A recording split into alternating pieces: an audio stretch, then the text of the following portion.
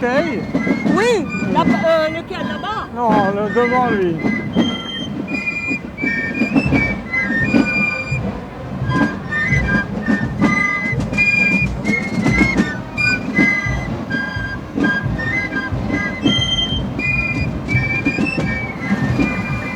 Regarde cela, avec le doigt.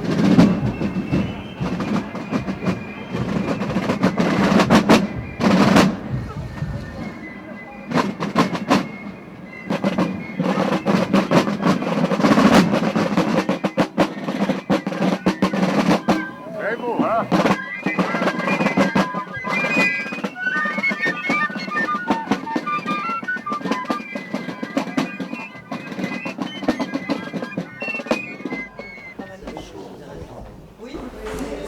Regarde, tout est collé et après, chaque morceau est redessiné. Donc c'est entièrement retravaillé. Le Dany, il y a toujours un jeu, hein, en fait. Jeu de forme, jeu de mots, jeu de matériaux, trompe-l'œil, faux matériaux sur vrais matériaux, camouflage. Toutes les bouches sont ouvertes, ils donnent. Sai che vuol dire corifeo? C'est celui-là.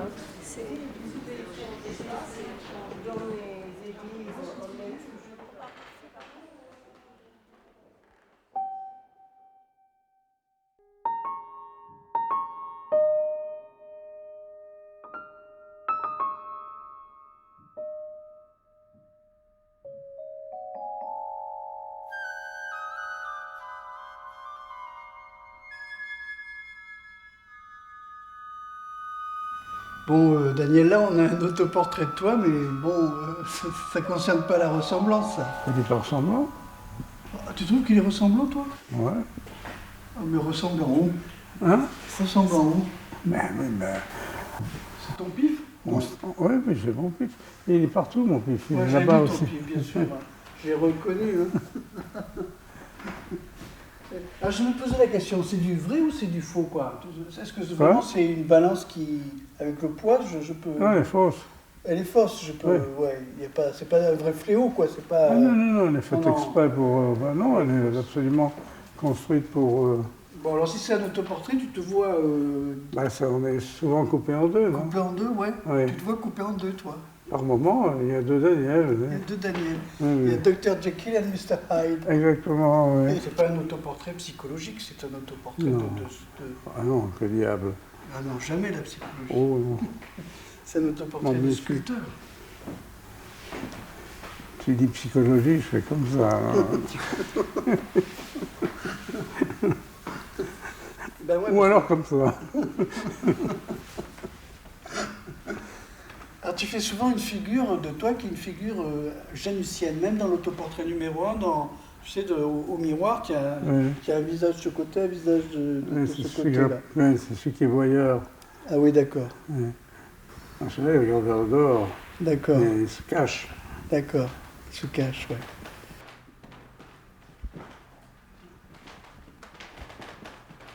Là, avec ton M de Millau, tu t'es fait une barbichette. Ça devient un personnage extrêmement inquiétant. Il y a toutes les ombres qui sont très creusées et qui donnent beaucoup de corps au visage. Là encore, il y a une dualité. Oui. Il y a deux personnages. Ça s'appelle le duétisme, mais sont mêlés. Oui. Ils ont chacun mon nez. Oui. Alors, la lumière, c'est fait pour faire reculer un peu le spectateur. Ouais.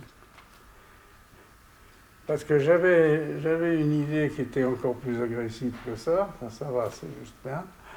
Je voulais faire un autoportrait avec une très forte lumière qu'on ne puisse pas le voir. Et ça, je ne l'ai pas fait. Je le ferai peut-être.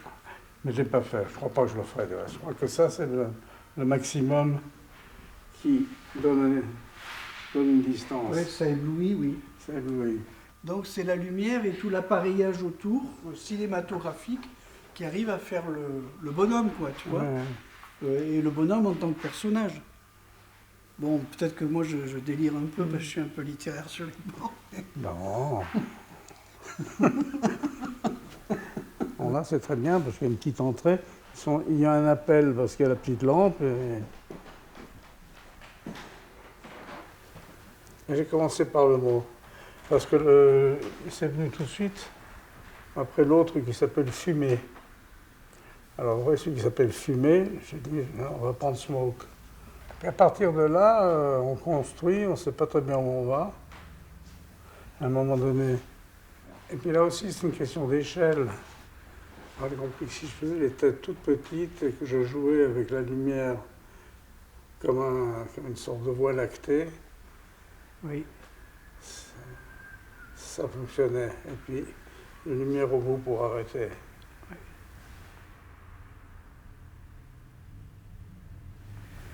Et tu m'as dit que c'est quand tu l'as terminé, Smog, que tu t'es rendu compte qu'il y avait une résonance tragique dans la pièce. Oui. C'est-à-dire que j'ai réalisé qu'il s'agissait de gens qui avaient péri par le feu. Qui étaient partis en fumée. Voilà. Oui. Mais après coup. Oui. Ça m'arrive souvent, ça. Hein. Oui. Moi, je travaille un peu dans le noir. Et puis quand je regarde derrière, je vois des choses auxquelles je n'avais pas pensé. Tu pars des matériaux, tu pars pas du sens. Non. Il faut que ce soit la sensation qui vienne autant ou presque davantage que l'image. Le smoke de qui? Le smoke de qui?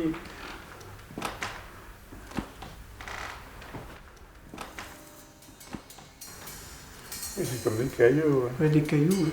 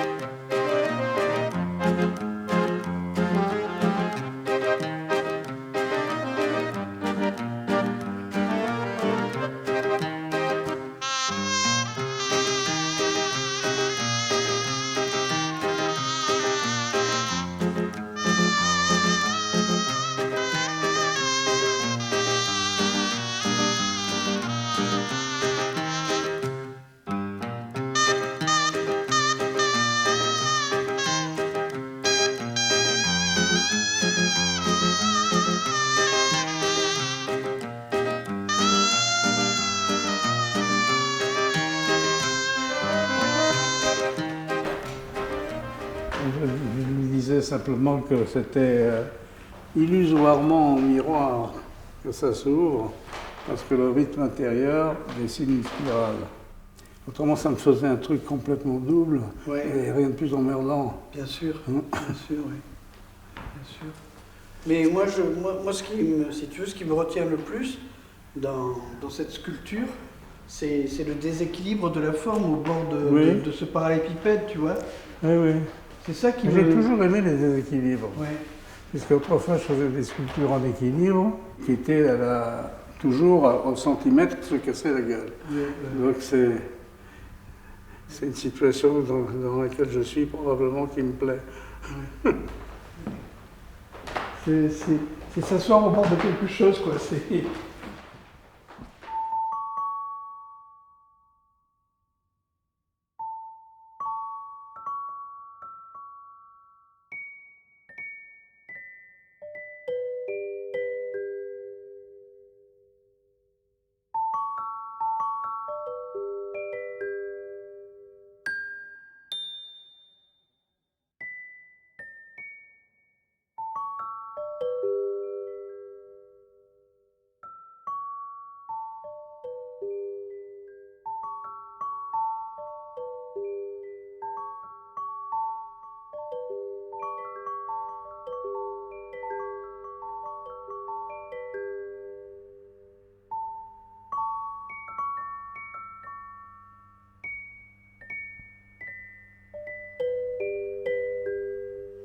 Et j'ai démarré avec le centre. J'ai démarré avec le centre qui me faisait une espèce de réceptacle. et j'ai fait sortir des éléments. Donc j'ai fait sortir des éléments, c'était un peu comme un bouquet de fleurs. Ça n'avait aucun intérêt. Un bouquet de fleurs n'avait aucun intérêt. Il n'y avait pas de tension, pas de rythme, rien. Et en fait, le boulot a commencé, le vrai boulot a commencé quand les choses qui jaillissaient, je cherchais une force qui allait contre elles. Donc, c'est tout le temps un jeu de tension fait par ce qui sort et ce qui empêche de sortir ou ce qui rentre. Et c'est comme ça que lentement, ça a été construit. Je peux dire qu'il y a eu des moments où cet élément était ailleurs, celui-là était... Ça a changé tout le temps. C'est pour ça que c'était fini quand j'ai pu tourner autour et que c'était toujours différent. D'accord. Voilà, j'ai toujours, dans tout ce que je fais, essayé d'éviter les répétitions. D'accord. Mais l'idée du recouvrement quand même avec... L'idée du recouvrement n'est pas née là, elle est née déjà dans d'autres choses antérieures. Ces journaux qui sont recouverts de résine et qui sont repeints à travers la résine. C'est une technique qui à ce moment-là me convenait. Et puis là, je l'ai particulièrement aimé parce que, à cause des couleurs de ces journaux d'annonces, qui donnent un petit pointillé de couleurs différentes un peu partout, ça donne une vie autre, la vie de la surface, quoi.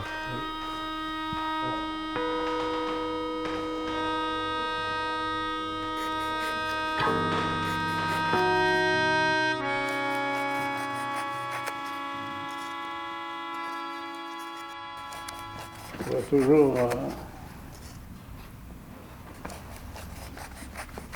si ça ne marche pas, me changer de métier, me mettre dans la circoncision. Je la porte à cette... Bon, on en est à 1, 2, 3, 4, 5, 6, 7, 8, 9, 10, 11, 12... Oui, moi, probablement ça suffit. Hein. Parce qu'il faut que ce soit un peu comme un hérisson, à la fin, si tu veux.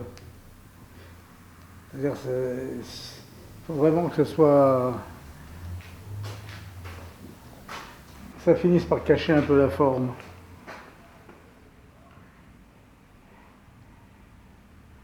Et alors celle-là, ça sera le contraste absolu.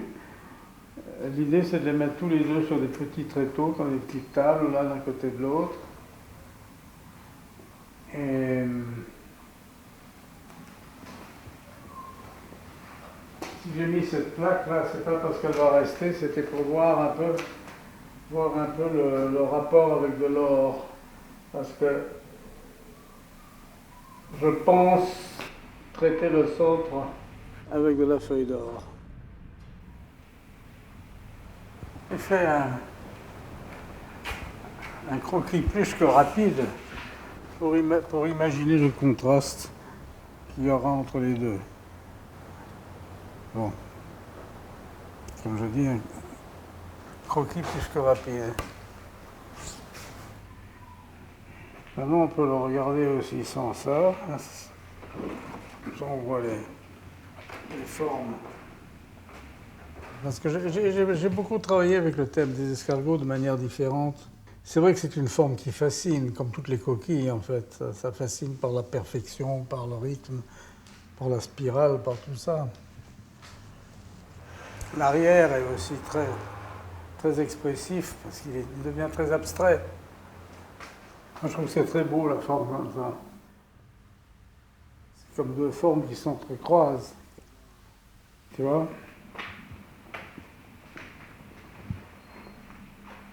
J'en ai plusieurs en bronze de ce tirage. Je le sors pour voir. À un moment donné, je me demandais si j'allais en placer dans cet objet ou pas. Pour l'instant, c'est un point d'interrogation, mais probablement pas. Surtout si j'ai... Mais c'est ça qui m'a donné l'idée que si cette zone était de la feuille d'or, mais la feuille d'or qui jette fort, ça serait Mais c'est pas du tout dit que ça va avoir à faire avec ce boulot-là.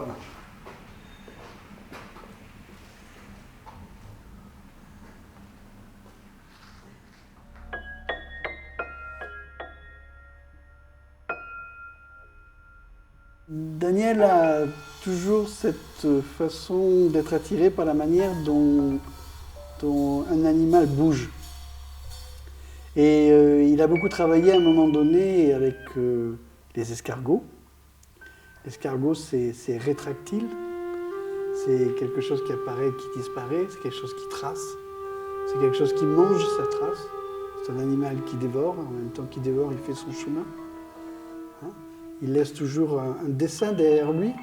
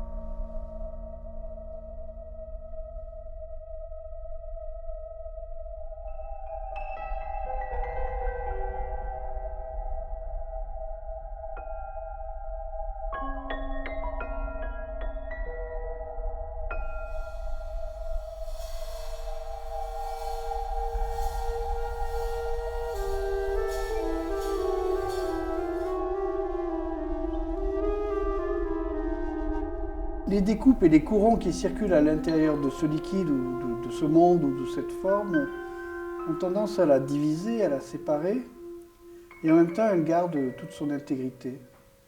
Hein? Alors qu'il suffirait de peu pour qu'il n'y ait plus rien, pour que tout se fragmente. Là, là, là aussi. Et la circulation de la couleur, comme la circulation du vide, qui nous ramène le mur et la lumière par l'arrière, font passer à l'intérieur de ce liquide d'autres mouvements.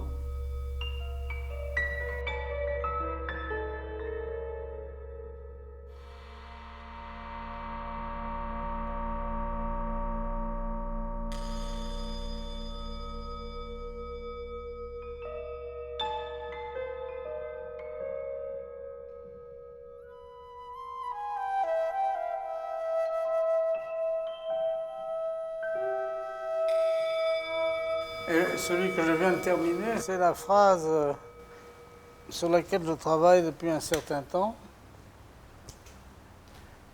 que j'avais trouvée, parce qu'elle tourne en rond, comme ça. C'est l'art ose arroser la rose. Alors, là on commence, on met la phrase, ça devient emmerdant parce qu'il y a une phrase. Alors là, il faut arriver à jouer avec les mots et les lettres en oubliant complètement la phrase.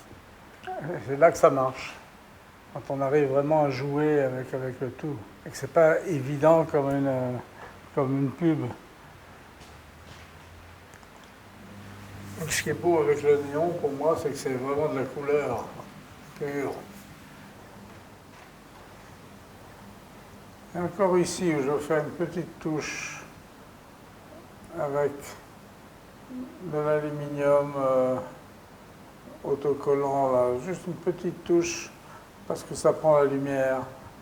C'est trop sombre pour prendre la lumière dans ce coin-là. Tu vois que si je mets ici une petite touche, hop là, t'as compris. Ça va être fait.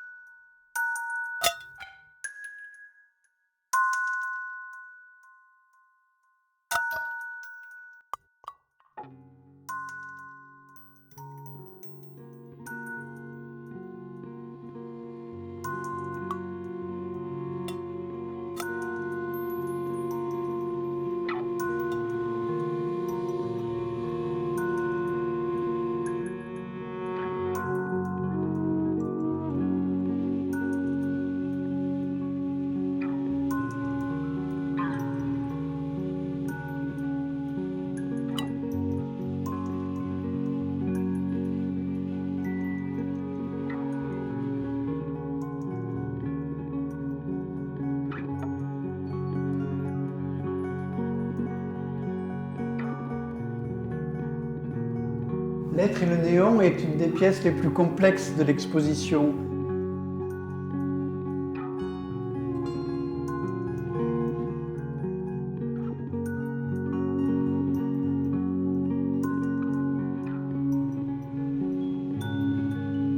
Elle est malicieuse en même temps qu'elle est complexe et qu'elle est riche.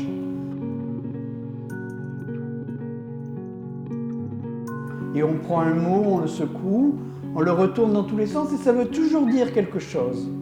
C'est une vanité, quasi totémique. Et ce sont les piliers du temple de la lettre qui n'est pas plus solide que le reste.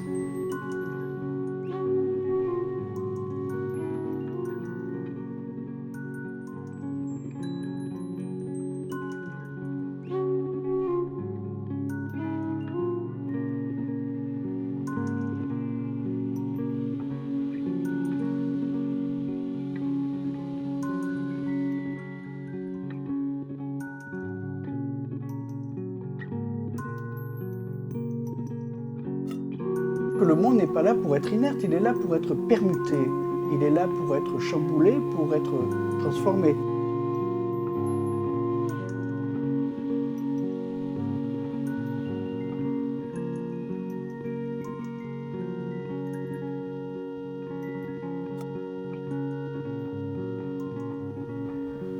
Alors il y a un moment où la pièce ne laisse que la place à l'ombre, et je le trouve très important ce moment. J'en ai vraiment besoin. Si tu veux, là, bon, je lis à la fois dans la matière, dans le matériau, dans le fil de fer et dans l'ombre. Et à un moment donné, là, il y a quelque chose qui est en excès et on n'a plus que le gribouillis de l'ombre sur le mur blanc. Et j'aime bien ce moment-là.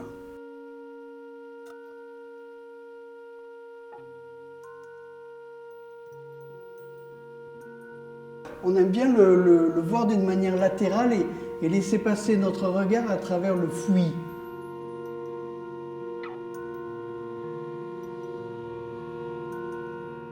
Parce que le fouillis, c'est toujours agréable. Le fouillis, c'est là où se perdre.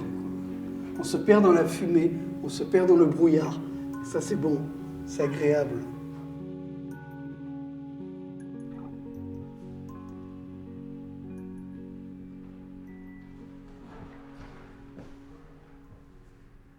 Alors, le coryphée, les corottes, le chœur, quelque chose de très très ancien, peut-être quelque chose qui est de l'ordre de lancer un cri. Cette sculpture fait du bruit, elle est tout à fait recouverte de mots.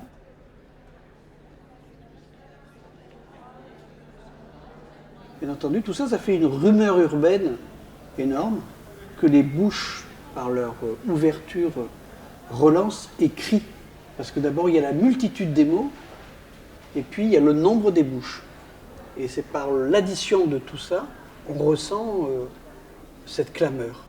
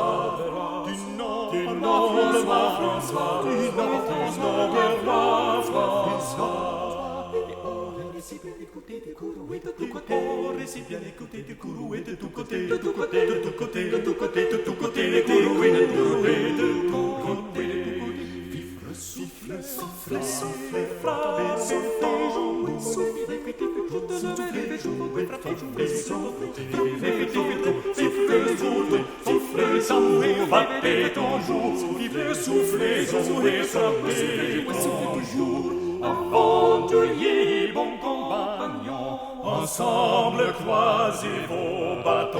Sous la casque pur, faites de vos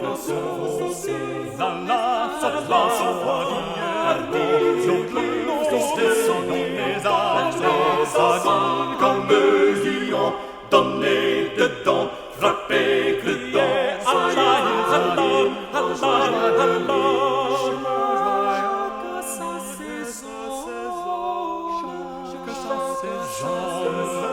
sa saison, flânerie, flâne au prix, et en personne, en personne, la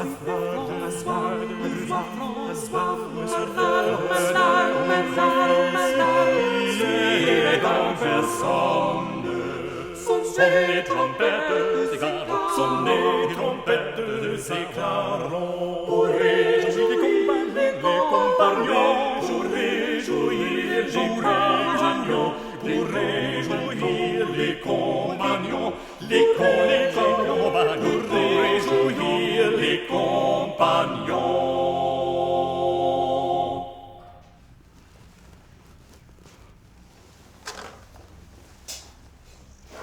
Celle-là va par là.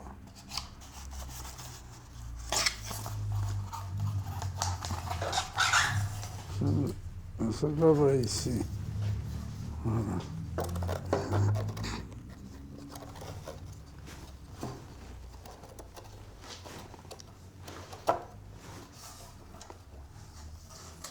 Celle-là va là. Et celle-là va avoir un léger mouvement de bascule. Vu d'ici, c'est pas mal. Mais c'est certain que la tige, elle ne va pas être comme ça, elle va être plus nette. Tout est à faire. Hein. Ça, c'est presque comme un croquis dans le carnet.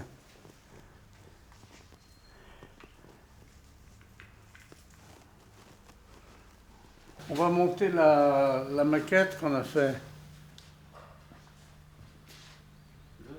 Oui, on va la monter.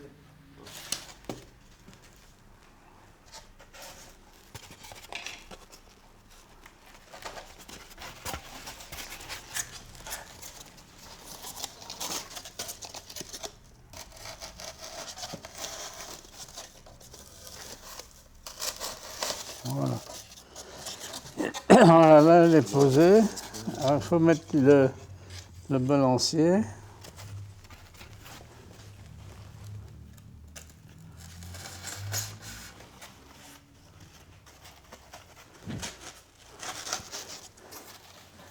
Donc, si tu veux, c'est une chose qui est statique en esprit, puisque c'est une table. Mais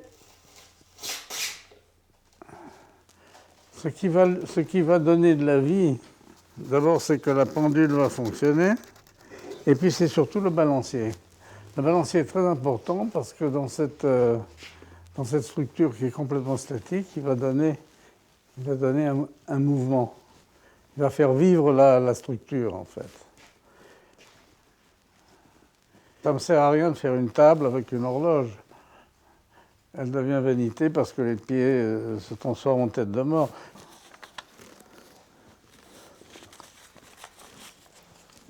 C'est comme ça que l'idée naît dans les petits calepins que je porte toujours sur moi.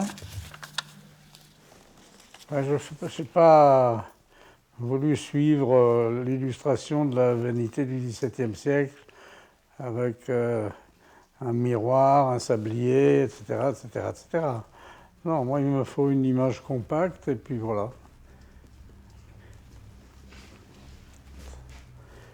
Alors ça, maintenant, je le réalise en Italie. Je vais le faire, je pense, dans une couleur, dans une pierre un peu translucide comme l'onyx. Parce que ça me donne ça donnera un caractère plus lumineux aussi. Pas une chose compacte. Qu'il puisse y avoir un peu de transparence, voilà. La montre, elle marche ou marche Oui, elle marche.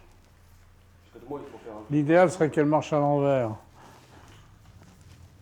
Ça, c'est faisable aussi.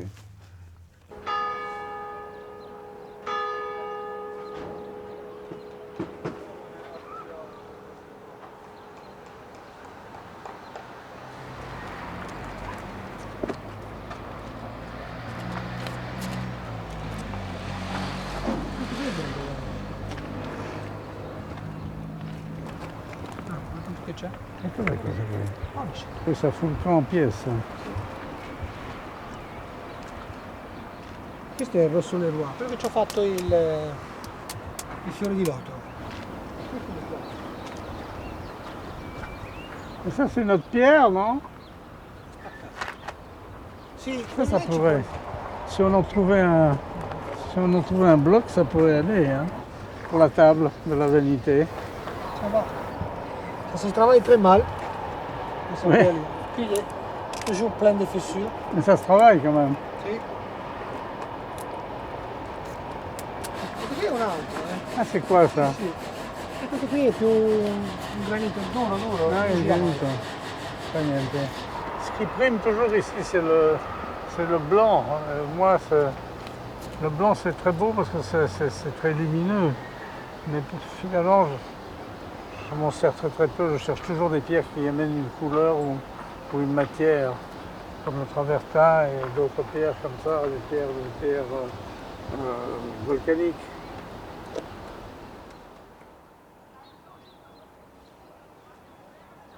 Il y a toutes les choses qui sont revenues de l'exposition de Montbéliard qui meublent pas mal l'atelier. Dieu merci, il me reste un petit fond pour travailler, parce que autrement, il faudrait que j'aille ailleurs.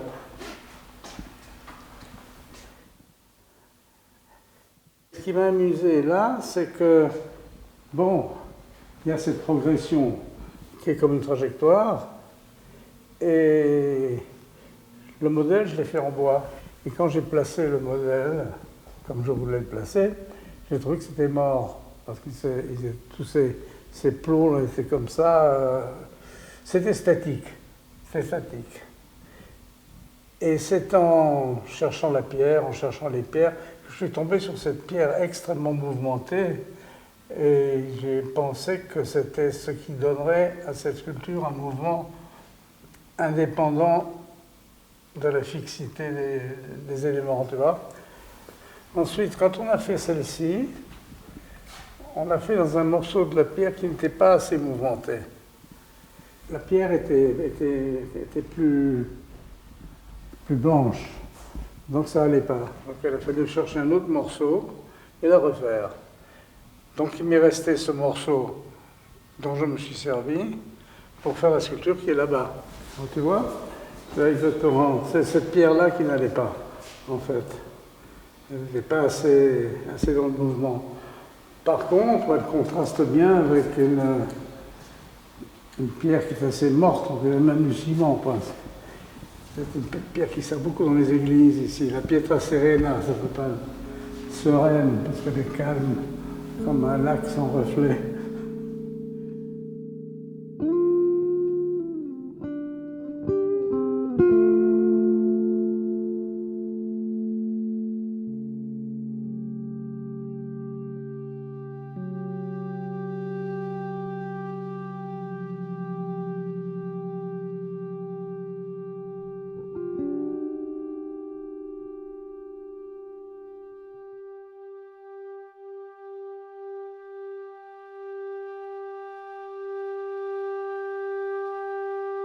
C'est une vieille idée, l'idée du papillon.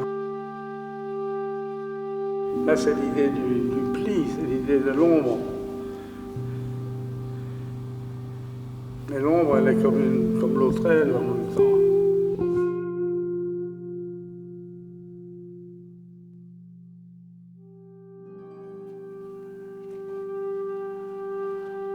Ensuite, il y a cette idée-là pour l'arrière du cadran. Parce que ces papillons avec ces grands ronds comme ça, d'abord me font penser un peu à un hibou, mais ils évoquent quand même quelque chose qui n'est pas toujours joyeux. Celui qui est plus petit rentre mieux dans la forme, mais l'autre il mange tout. Ils sont noirs. Mais pour les têtes, je voudrais faire entrer un peu de couleur. Tu vois, dans les dessins, j'ai déjà cherché un peu de mettre de la couleur par-ci par-là, donc on verra. Là, je pense qu'il n'y a rien qui va changer radicalement, parce que c'est, comme je dis, le concept il y est, donc Il faut le développer, quoi. Il faut le développer, il faut l'enrichir. Parce qu'autrement, c'est sec. Diventare famosi. Dura meno che, cosa succede. dura meno che per più fortuna, perché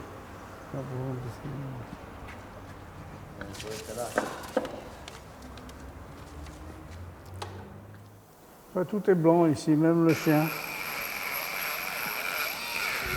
Ça s'appelle Via del Marmo Bianco.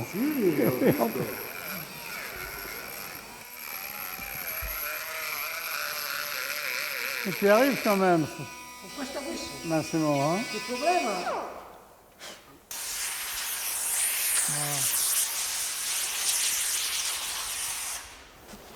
questo.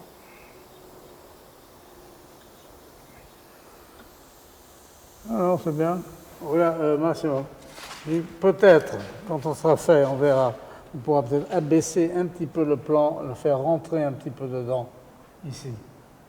C'est moins dur. On verra. On verra quand c'est fini. E questo lo mandiamo giù qua. Sì, è questo. È Sì. meglio, sì, perché Sì, poi sì. il mento scende, no?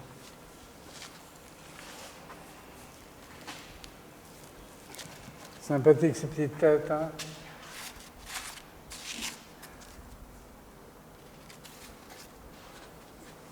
Quand tu penses qu'elles nous ressemblent. Eh oui. Giusto. Anche questo.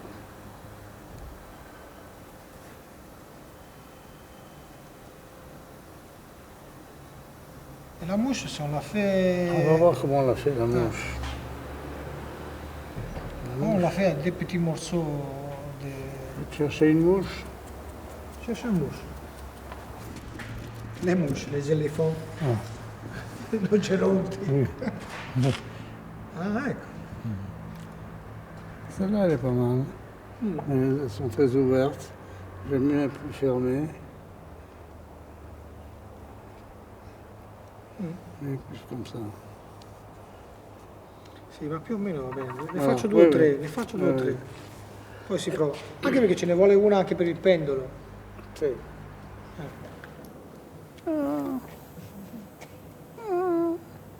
Poi, il faut le modeler, eh? Oui, mais un peu gros peut-être. Così, così. Mais c'est mieux. Mais ça, c'est pas mal. Perché deve stare un po' sollevata. Mais oui, c'est pas mal. Poi, le ali le possiamo mandare dentro Un sul petit peu, centro. un petit peu, oui. Quale preferisci? Je pense celle-là. La plus grosse. C'est la plus élancée.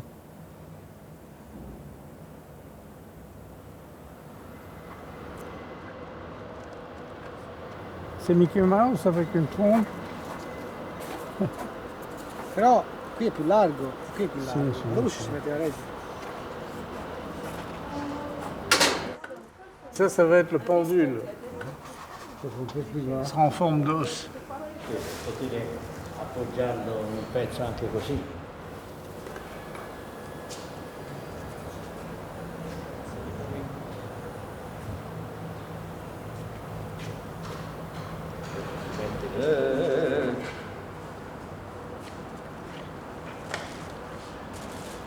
Torna rapidamente e riparte. Sì. Cioè può Oh, fare, c'est pas mal ça, parce que può fare questo movimento. darà una cosa, un movimento asimmetrico Sì, nella cosa. capito? Più è ampio e più ci si va al forno più largo. Ci rimane il buco.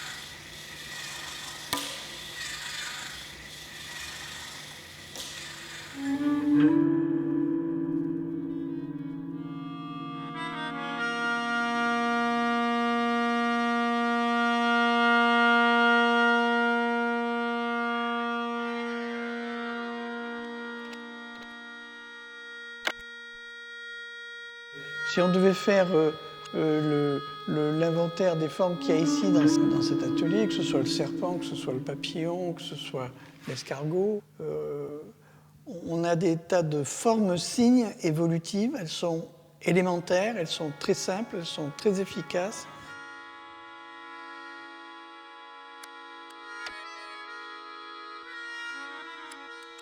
C'est un motif qui est très simple, c'est l'interpénétration de ce qui vient du sol et qui est ascensionnel et de ce qui vient du ciel et qui se dépose petit à petit. Ce qui se dépose d'une part et ce qui remonte d'autre part. Alors cet entrecroisement et cette figure-là de l'entrecroisement, tu l'as souvent dans les sculptures de Daniel, oui. Dans les sculptures sur pierre particulièrement, tu l'as ce signe.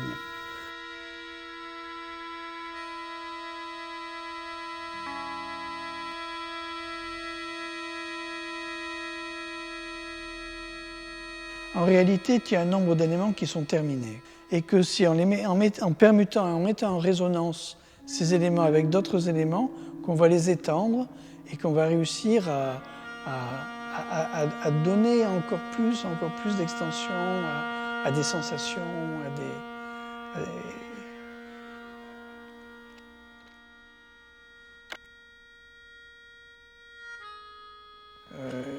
Il y a aussi quelque chose qui est de l'ordre de l'essai, parce que tout ça a circulé dans l'atelier, et à un moment donné, ça s'est rencontré. Et là,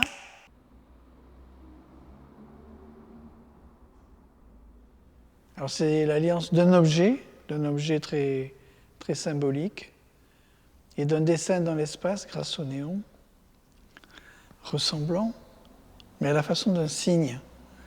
Hein, c'est presque une signature, c'est presque une trajectoire, parce que c'est de la lumière. C'est immédiatement éloquent. Là, ça serait le papillon, et en même temps, ça serait, si tu veux, un fessier avec un sexe féminin, perché sur un chandelier. Alors, bien entendu, tu as cette traversée du profane par le sacré, cette pénétration du profane par le sacré, ou ce blasphème fait au sacré par le profane. Ça dépend dans quel sens tu le regardes. Un dessin très léger, un dessin justement qui a la légèreté et la caresse du papillon.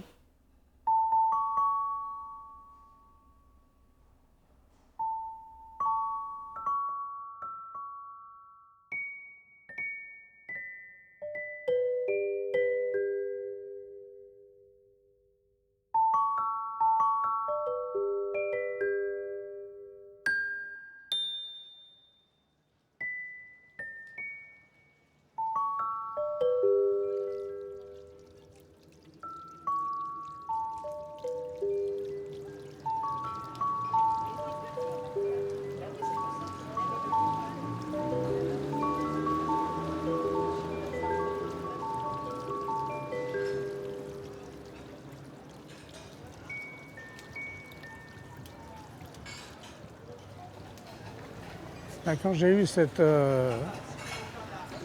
cette commande,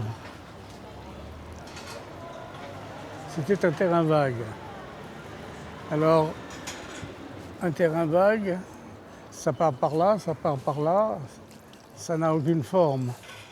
Et j'ai travaillé avec l'architecte Kolbock, qui a redessiné le tout pour me faire une sorte de plateforme, comme il m'a dit, une sorte de socle pour les sculptures. À partir de ce moment-là, on s'aperçoit que quand on met un élément sur un terrain vague, il n'est plus vague. C'est-à-dire que le terrain est approprié par l'élément qu'on y met. Donc la notion même de dimension est complètement changée dans la mesure où il y a une dimension métrique, mais il y a une autre dimension qui est la dimension poétique qu'on ne peut pas mesurer.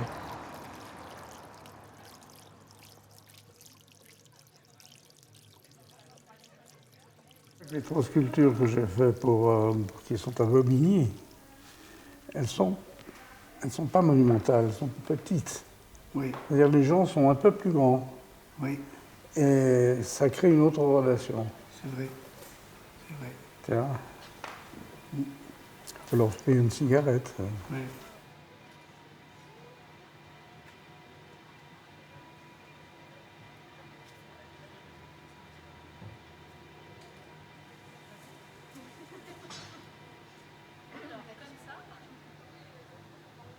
C'est pas intimidant, Non. mais en même temps, il y a ça rayonne. Quoi. En même temps, elles sont de forme monumentale. Oui, c'est vrai. Ouais. Je pense à partir de là que même dans le monumental, s'il n'y a pas quelque chose d'intime, c'est creux.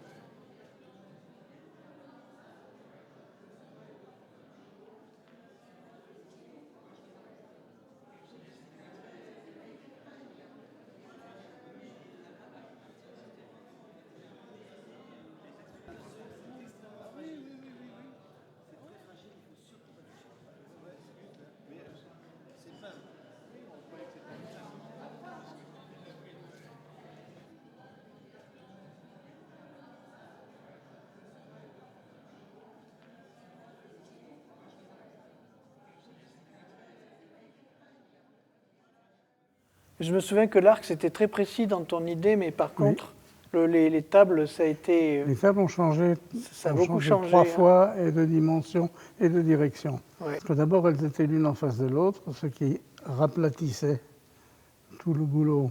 Ouais. Tandis qu'en tournant une, Ouais, on c'est crée plus une, dynamique, ouais. Plus crée une dynamique. entrée. Ouais. Ça a une direction aussi. Non, parce que l'idée, c'est qu'il y a 2 vues. Il y a la vue de l'ensemble, et puis hier, tu peux rentrer dedans, Oui. comme toutes les charpentes, toute la construction intérieure, on peut se promener dedans. C'est ça qui m'intéressait. Ouais.